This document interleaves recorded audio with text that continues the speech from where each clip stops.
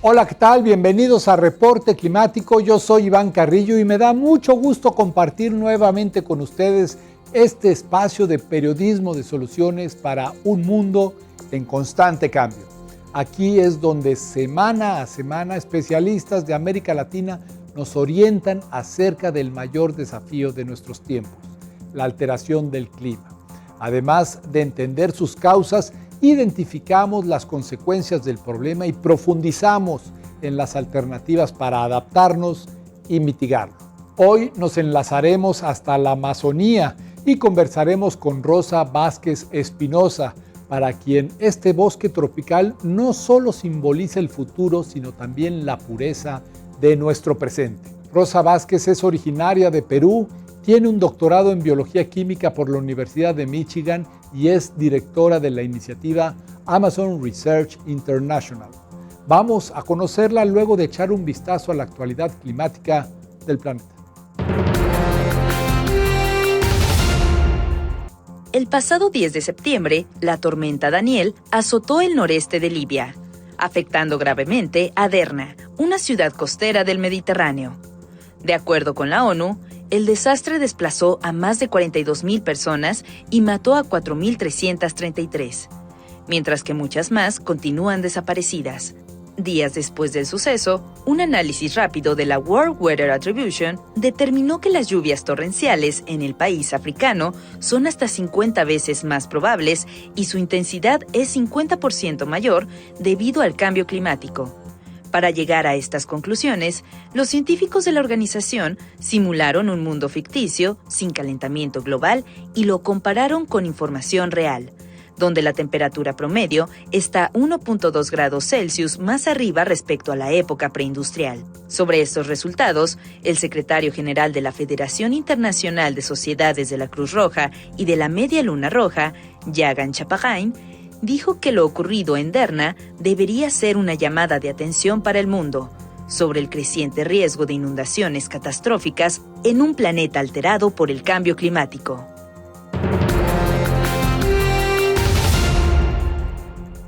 Las naciones que más dependen de la agricultura son también las más vulnerables a los riesgos que conlleva el calor creciente.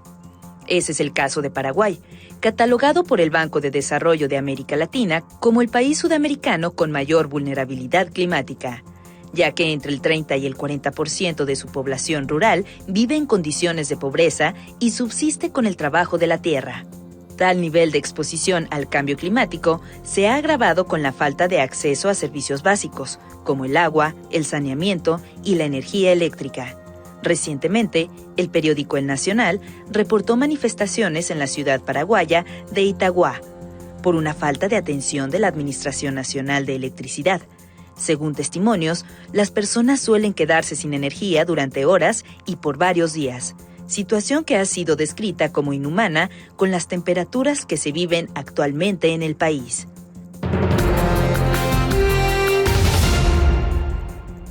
La Organización Mundial de la Salud calcula que en el año 2025, la mitad de la humanidad vivirá en zonas con escasez de agua. Ante dicho reto, una medida de adaptación podría encontrarse en los escarabajos del desierto de Namibia. Ahí, al final de la noche, y antes de que se forme la niebla, los escarabajos emergen de la arena y trepan por las dunas para situarse en la trayectoria de la humedad. Entonces inclinan su cuerpo hacia adelante, encarándola y atrapan el agua en su espalda. Lo hacen con unas alas delanteras endurecidas llamadas élitros, que cubren y protegen las traseras, utilizadas para volar. Las pequeñas gotas que contiene la niebla se acumulan y unen en gotas más grandes que, con el efecto de la gravedad, escurren por la superficie impermeable de los escarabajos hasta su boca. La composición química y la estructura de este material hidrófobo es de enorme interés científico por su posible beneficio para enfrentar las sequías. La Amazonía es el mayor bosque tropical del mundo. Ahí habita el 10% de la biodiversidad conocida y también es el hogar de 30 millones de personas. Sin embargo, se estima que unas 10,000 especies de plantas y animales amazónicos están en vías de extinción. Es hora de imaginar qué sería de la humanidad sin ellos.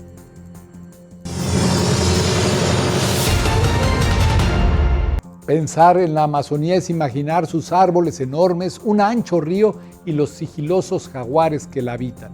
Pero su riqueza también incluye una majestuosidad micro de la que Rosa Vázquez ha sido testigo. Sí, yo creo que, digamos, fue a través, en verdad, de las películas, de esas de Anacondas y otras cosas que vinieron diferentes grupos extranjeros a contar desde la Amazonía, que es una de las razones principales por las que conocemos más que todo ese tipo, que yo lo llamo macrodiversidad. Pero en realidad la Amazonía es mucho más que eso. Tenemos desde abejas sin aguijón, que la mayoría de gente con la que converso, nacional o internacional, nunca ha escuchado. Tenemos microbios extremos que sobreviven en ríos hirvientes dentro de la Amazonía, que tampoco mucha gente sabe.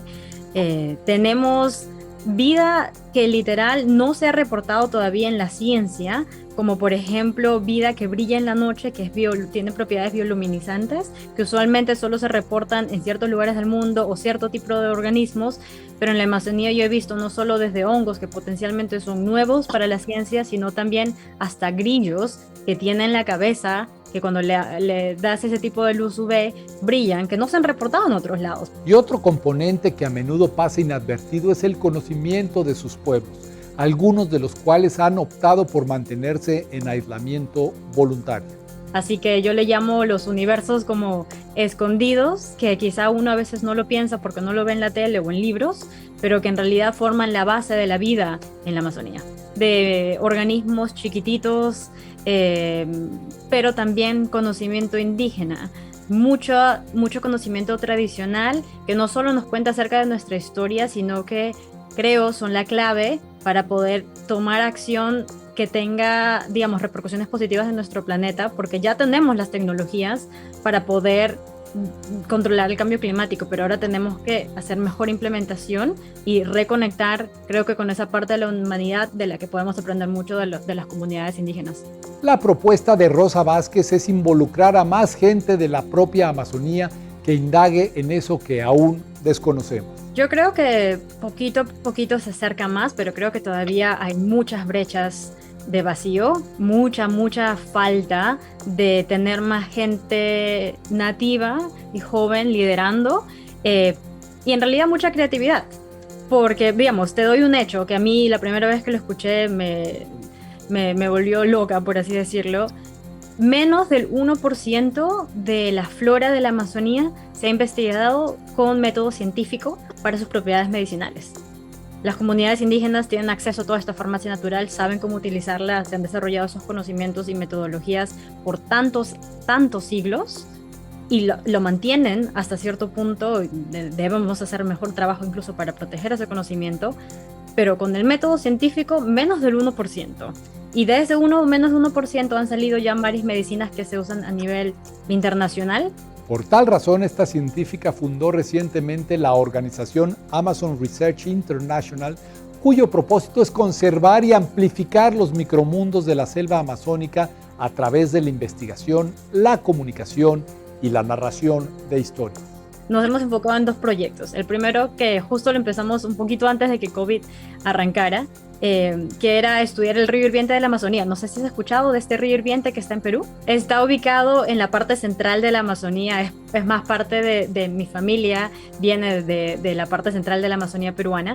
Y es un río que es muy único y diferente al resto de ríos hirvientes que se ven en el mundo, como por ejemplo los de Yellowstone en Estados Unidos, que también son acídicos, o otros en Islandia, en Italia. El río hirviente de la Amazonía no está asociado a ningún volcán y no está aislado, sino que está literalmente en el centro, en el corazón de la selva, con vida alrededor, que no le importa que esté un río hirviente donde el vapor es tan caliente que hasta te puede quemar. Es decir, se ha desarrollado todo un ecosistema súper único, y por mucho tiempo la gente pensó que nada podía sobrevivir en el río porque las temperaturas llegan a casi 100 grados Celsius y cualquier cosa o animal macro que cae dentro muere inmediatamente, se quema en segundos. Y este río se ha asociado mucho a conocimiento tradicional, pero también a espíritus guías y medicinales por las comunidades que lo están protegiendo hace años. Ella y su equipo están creando el primer mapa microbiano del lugar para mostrar la diversidad de formas de vida y cómo se han adaptado a un ambiente extremo. uno, mostrar que sí hay cosas que viven, que se han adaptado con el paso de los años. Dos, entender cómo y dónde están. Y tres, lo más importante para mí es entender cuál es su rol con el resto de la ecología. ¿Qué nos puede decir acerca de evolución de la vida en la Amazonía? Que todavía hay mucho debate acerca de eso. Dos, nos puede informar acerca de quizás soluciones o posibles soluciones para poder hacer biorremediación, como por ejemplo cuando hay derrames de petróleo, que lamentablemente ocurren muchísimo en toda la Amazonía. Los microbios nos pueden dar alguna solución, o incluso también, como están en esa situación extrema, si es que nos pueden dar soluciones como nuevas medicinas, que es algo que no mucha gente sabe, que muchas de las medicinas que usamos hoy vienen de microbios. Ese ha sido un proyecto grande que ya hemos, digamos, la mayoría se ha concluido. Vamos a lanzar la publicación pronto, junto a herramientas educacionales. El segundo proyecto estrella de Amazon Research International tiene que ver con las abejas sin aguijón que juegan el papel de restauradoras de la selva. Son las meliponas, correcto. Existen como 500, 600 especies únicas en el mundo alrededor de los trópicos y subtrópicos. Y bueno, claro, el conocimiento maya es uno de los más establecidos en términos de abejas sin aguijón. Pero casi como 200 de estas especies únicas se encuentran en la Amazonía, y nos los hemos encontrado en el norte de la Amazonía peruana. Es decir, una biodiversidad tremenda. Y creemos que si es que se explora en el sur, se encuentra aún más, pero todavía no se ha hecho. ¿Y por qué es tan importante? Las comunidades indígenas han tenido acceso a este conocimiento desde antes de que los españoles entraran a Sudamérica por primera vez, y han desarrollado métodos de cómo acceder a las mieles medicinales. Y durante el tiempo de COVID, que todo cerró, el ecoturismo y el acceso a los hospitales también en muchas de estas regiones remotas, muchas de estas comunidades empezaron a usar o continuaron usando esta miel medicinal, y hemos reportado con nuestros estudios, con nuestros colaboradores, con el científico César Delgado del Instituto de Investigaciones de la Amazonía Peruana, que se curan hasta 14 enfermedades en la Amazonía usando estas mieles. Con los resultados en mano, lo que hará el grupo a continuación es pugnar por esfuerzos más firmes para cuidar de la Amazonía.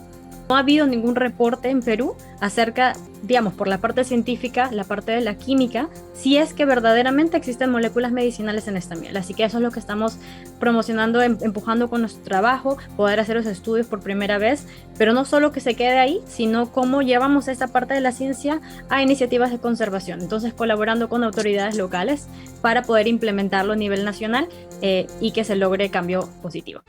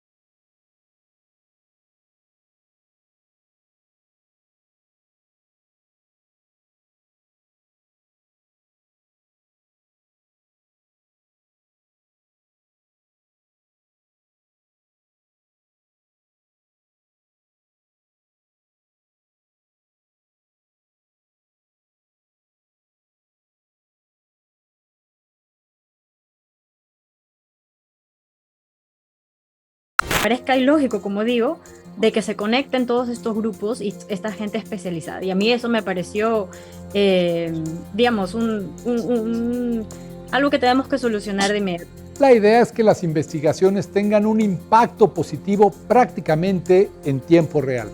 Pero también que sirva para elevar y proteger los conocimientos indígenas. Hasta ahora, por ejemplo, no se ha visto en el mundo académico que se eleve al punto que creo que debería elevarse el conocimiento indígena. Así que por ese lado lo que nosotros estamos haciendo es incorporar a los líderes indígenas como coautores en las publicaciones científicas para darles esa elevación, y continuar protegiendo su conocimiento biocultural.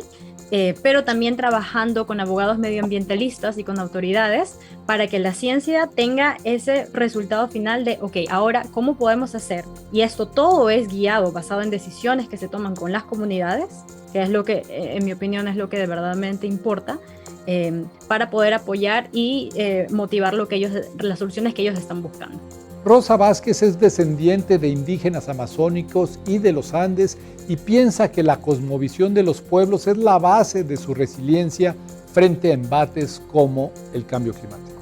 Entonces yo he crecido muy asociada con toda la cosmovisión de que está todo interconectado con la naturaleza, es decir, todas las acciones que tomamos van a tener un impacto y a su vez tenemos que mantener esta armonía y balance. Yo creo que en la Amazonía, las comunidades en la Amazonía no solo están viviendo y sintiendo muy el día a día, como la mayoría del resto del mundo, los impactos del cambio climático. Las temporadas están cambiadas, ahora donde antes era temporada de lluvia y temporada seca, que se sabía muy distinto, ahora está todo revoloteado, las tierras están más secas, no está lloviendo como antes, las diferentes especies, como por ejemplo las abejas, están siendo desplazadas en velocidades que ni siquiera podemos medir de qué tan rápido se están perdiendo, y están viviendo cada día persecución política, persecución por grupos de minería ilegal, deforestación. En tan solo un año se han asesinado a más de 14 líderes amazónicos en el Perú, nada más. Y cada año creo que se han reportado 20 derrames de petróleo en los últimos 2 años desde COVID, pero posiblemente hay más. Y de esos, solo 1 de cada 3 se tratan, y ni siquiera se tratan a largo plazo.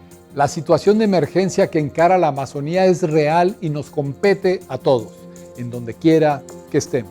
La urgencia es real, la urgencia se ve, y creo que mucha gente, digamos, los que están metidos en tema de Amazonía o los que viven ahí, lo sienten, porque no estamos hablando de impactos que ocurren de acá en 2 meses, no, sino en el día tienes menos vegetales que están creciendo, menos comidas que están creciendo, tienes menos acceso a agua, o la poca agua que tienes acceso está contaminada. Hace poco salió un estudio que muchas de las comunidades en la Amazonía están con niveles de mercurio dentro del cuerpo, los pescados están contaminados. La urgencia es real, eso ahora creo que falta cómo hacemos que ese sentido de urgencia se vea no solo, digamos, apreciado, sino internalizado por el resto del mundo. Y creo que uno de los mayores factores ahí es que mucha de la gente piensa, no, pero es que la Amazonía está lejos, entonces quizá mis acciones diarias o como institución no tienen un impacto. Y ahí es donde entra el rol de la comunicación.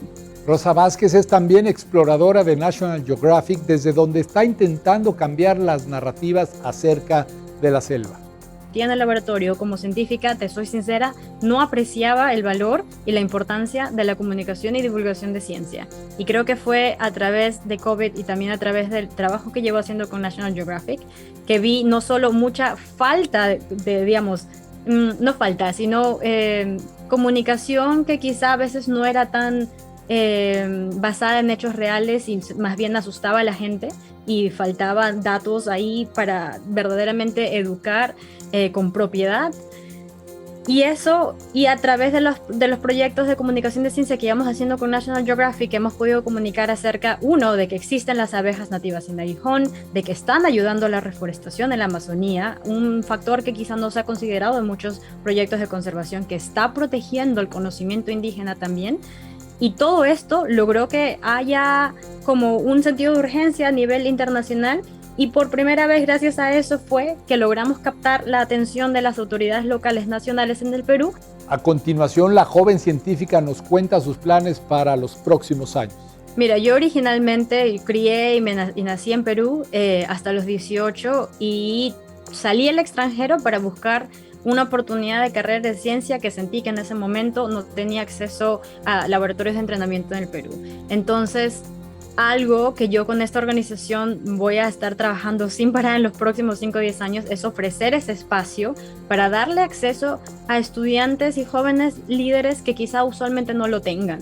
Para darte un ejemplo, estamos incorporando a estudiantes indígenas ahora, especialmente un estudiante que viene de una comunidad tan remota en la Amazonía que le tarda 24 horas en bote en llegar a la ciudad más cercana, y es la primera en su comunidad en salir y educarse. Y yo creo que ahí es donde está el futuro, de poder canalizar, no solo mostrar de que la ciencia puede actuar al costado de la conservación, pero integrar desde un inicio que la divulgación de ciencia es tan importante y debería integrarse desde el momento inicial para mantener transparencia y democratizar el acceso a la ciencia en países como Perú.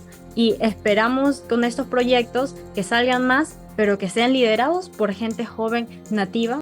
Rosa Vázquez reconoce que está ante un reto enorme y que el primer paso es hacer coincidir ímpetus que han permanecido aislados.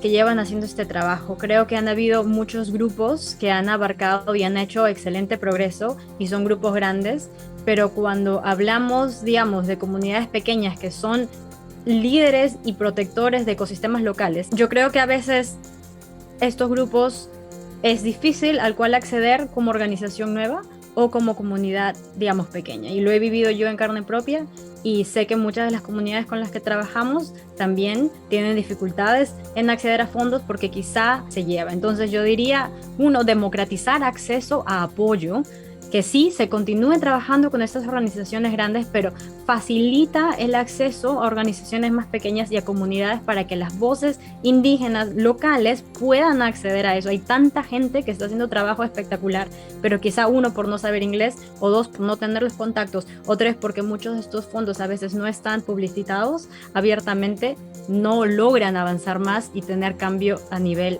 local. Así que yo diría, eso es lo que le pediría y creo que eso es una de las cosas que falta para que estas conversaciones a nivel grande no solo queden en conversaciones, sino se traigan ideas nuevas. Necesitamos voces nuevas para poder generar cambio. La reflexión final de nuestra invitada es imaginar el fin de la Amazonía y darnos cuenta de que la vida como la conocemos es imposible sin esta selva. Que empiezas tu día y no tienes café. Imagínate que pasa el día, no tienes tu postrecito de chocolate. Imagínate que pasa el día y no puedes tener acceso a carne para el almuerzo, o no tienes acceso a productos de cuero, ya sea chaquetas o bolsos, o no tienes acceso a ciertos tipos de perfumes, o es más, aún incluso más importante, no tienes acceso a ciertos tipos de medicina. Todo esto que he mencionado deriva de la Amazonía. Es decir, si no protegemos la Amazonía, y esto estoy hablando a nivel individual, personalmente todos nos vamos a afectar y nuestro día a día va a cambiar. A nivel global, la Amazonía representa una de las últimas posibles soluciones para poder regenerar, no solo desacelerar el cambio climático, sino regenerar para que tus nietos puedan todavía tener un poco de selva, puedan tener todavía un poco de aire fresco y libre de contaminantes. Así que yo diría, hazlo no solo para que tu día a día se mantenga, pero también piensa en esas generaciones que van a venir, que no van a tener esos privilegios que hemos tenido nosotros. Gracias por habernos acompañado hasta el final de este reporte climático. Yo soy Iván Carrillo y los espero la próxima semana con más periodismo de soluciones para un mundo en constante cambio.